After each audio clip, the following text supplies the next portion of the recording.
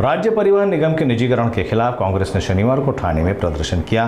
कांग्रेस ने Thane railway station के pass ST depot में धरना देकर सरकार की नीति का विरोध किया। प्रदर्शन के दौरान डिपो के गड्ढे भरकर सरकार को आईना भी दिखाया गया। ठाणे में राज्य परिवहन निगम के निजीकरण के खिलाफ कांग्रेस ने मोर्चा खोल दिया है। राज्य परिवहन विभाग ने अपने बस स्टैंड और डिपो को पब्लिक प्राइवेट पार्टनरशिप मॉडल के तहत लंबे समय के लिए किराए पर देने की तैयारी में है। इसी नीति का विरोध करते हुए ठाणे कांग्रेस ने रेलवे स्टेशन के पास एसटी डिपो पर प्रदर्शन किया। इस मौके पर कांग्रेस कार्यकर्ताओं ने जमकर नारेबाजी की। ठाणे कांग्रेस अध्यक्ष विक्रांत चौहान ने एसटी प्रशासन को आड़े हाथों लेते हुए डिपो में फैली अव्यवस्था और बदहाली की कड़ी आलोचना की। वहीं कांग्रेस ने सीमेंट मिक्सर गाड़ियां मंगवाकर खुद ही गड्ढे भरने का काम शुरू करवा दिया। एसटीच्या खाजगीकरणाला विरोध करण्यासाठी आजच्या या आंदोलनाचं आयोजन करण्यात आलेलं आहे। आम्ही पहिल्यापासून सांगतोय या लोकांनी हा देश विकायला काढलेला आहे। जसं की अदानीला पोर्ट असेल, एअरपोर्ट असेल आणि आता हे राज्य पातळीवर अगदी एका शहरापर्यंत आलेले आहेत। शहरातले डेपो खाजगीकरण करण्याचा घाट यांनी या ठिकाणी घातलेला आहे। खरं तर नेहमी सांगितलं जातं की एसटी ही तोट्यामध्ये आहे, परंतु एसटी ही तोट्यामध्ये अजिबात नाही आहे। राज्य सरकारच्या माध्यमातून विविध योजना त्या ठिकाणी राबवल्या जातात, परंतु योजनांच्या माध्यमातून जो पैशाचा भरणा एसटीकडे करायचा आहे तो एसटीचा भरणा त्या ठिकाणी केला जात नाही। मग तुम्ही बघितलं असेल की कामगारांचे पैसे असतील, त्या ठिकाणी पीएफचे पैसे असतील, एसटीची दुरावस्था असेल, एसटी डेपोंची झालेली दुरावस्था असेल, अशी दुरावस्था आपल्याला या ठिकाणी पाहायला मिळते। जर एसटीचं देणं शून्य केलं तर एसटीला सोन्याची चाकं बसतील। अशा पद्धतीने एसटी ही सदन आहे, परंतु एसटी ही जी लाल परी आहे ही सातत्याने त्या ठिकाणी तोट्यात दाखवली जाते।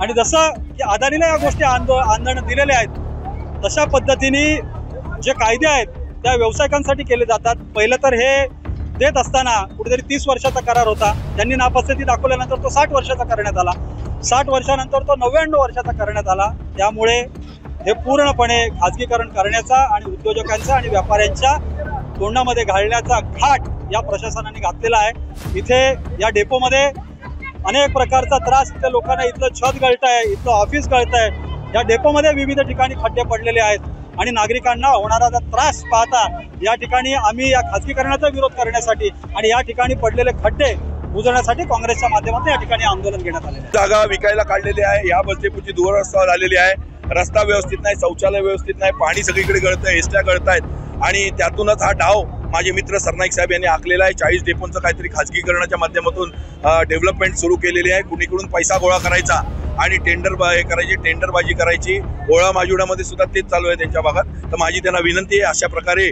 जनतेची मालमत्ता विकायला काढू नका आणि त्याच्या जनतेच्या मालमत्तेवरती पैसे गोळा करू नका। आपली हिंमत, तुमची भरपूर बॅलन्स शीट आहे 333 कोटीची, आपली बॅलन्स शीट आणखीन 3333 कोटीची व्हावी। आपण उद्योग व्यवसाय आहात, इथे लोकांच्या मालमत्तांवरती डोळा ठेवू नका। लोकांच्या ज्या सार्वजनिक मालमत्ता आहेत त्या जपायचा प्रयत्न करा आणि त्याची डागडुजी करण्याचा प्रयत्न करा।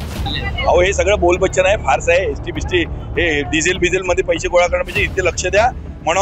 हे जर व्यवस्थित रस्ते केले, रस्ते जर महाराष्ट्रातले नीट केले तर एसटीचं इंधन आपोआप वाचेल। एसटीची 10 तासात जाते ती 5 तासात जाईल। अहो एसटी हा फायद्याचा विषय नाही आहे। एसटी इलेक्ट्रिसिटी, शाळा, शैक्षणिक किंवा आरोग्य हे फायद्याचे विषय नाही आहे, ती सोशल सिक्युरिटी आहे। त्यांना हेच मुळात करत नाही। हे आपलं दायित्व आहे, हे आपलं कर्तव्य आहे, ही इच्छिक हे नाही आहे, हे कर्तव्य आहे आपलं। या कर्तव्यातून जो पैसा गोळा होतो महसूल देशातून, महाराष्ट्रातून किंवा जगातून, तो ह्या असे जे नागरिक सुविधा त्या पुरवण्यासाठी केला जातो हे ते विसरले।